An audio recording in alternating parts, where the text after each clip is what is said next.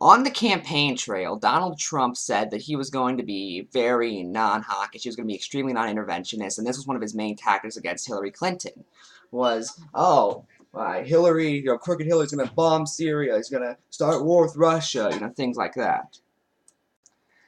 Now, Donald Trump has been president for almost 8 months now, and he is proving to be on the same level as interventionist as Bush was or Obama. Actually, he's actually kind of worse than Bush in some ways. And he's on the same level of intervention as Obama was.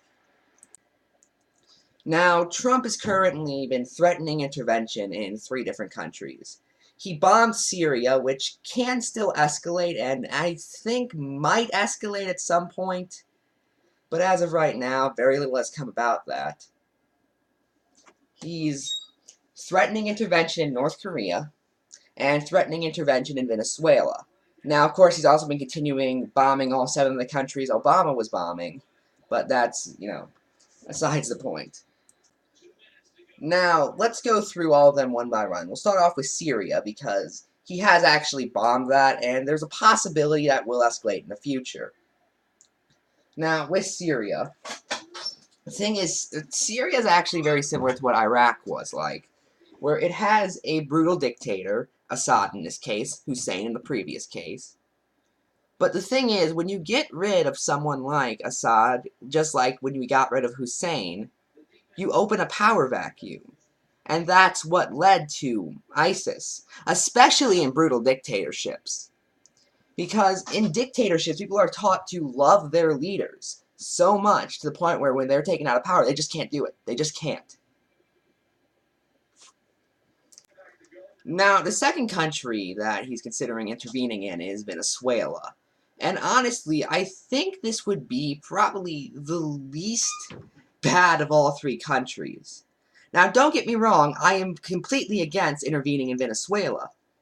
The thing is, with Venezuela, they aren't a dictatorship right now. They are a democracy. However, the main party in power is able to rewrite the Constitution to make it a dictatorship.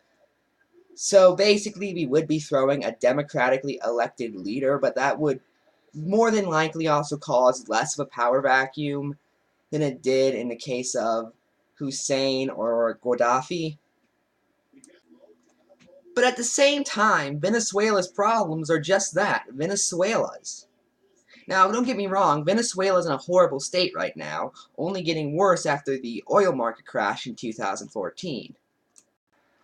But speaking of the oil market crash, now, it's a commonly held theory that the Iraq War back in 2003 was about oil. That's one of the most popular theories against it. In some circles, it's even more supported and official than the actual official reasons they were given into Iraq, which were completely wrong, by the way. Just pointing that out. Now, over the past decade, the United States has not gotten very much Venezuelan oil because we've been using Saudi oil for most of it. You see, and because of this, Venezuela has basically been isolated to the point where even if the oil market was still as high as it was a decade ago, they'd probably still be struggling simply because we've basically made it so they can't use one of their main resources to grow their economy. Venezuela now has a huge surplus of oil, and coincidentally, it is one of the countries that Donald Trump is considering intervention in. Really makes you think, doesn't it? Now, the third one, and the one that's actually escalated the most, is North Korea.